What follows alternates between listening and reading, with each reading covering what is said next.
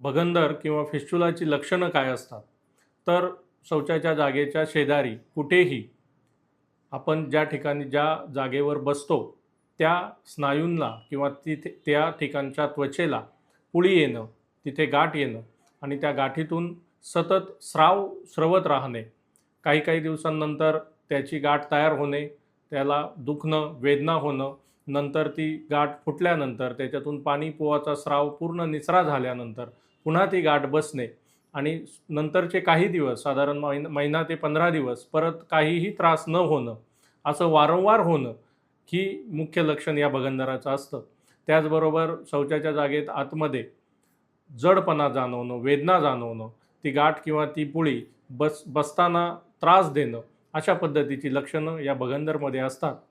तसंच या आजाराबरोबर हा आजार जर दुर्लक्षित राहिला तर यातून इतर अनेक आजार उद्भवण्याची शक्यता असते, जसं काय टीबी, कॅन्सर. एक भगंदराचे नंतर कालांतराने जर दुर्लक्ष झालं तर अनेक भगंदरमध्ये रूपांतर होतं आणि कॉम्प्लेक्स फिस्चुला म्हणजे जटिल भगंदर तयार होतो आणि तो बरा व्हायला सुद्धा मुश्किल होतो. म्हणून वेळीच त्या आजाराचं निदान होणं गरजेचं आहे. म्हणून वेळीच योग्य तज्ज्ञ डॉक्टरांचा सल्ला या भगंदराच्या बाबतीत सर्वांनी घेतला पाहिजे.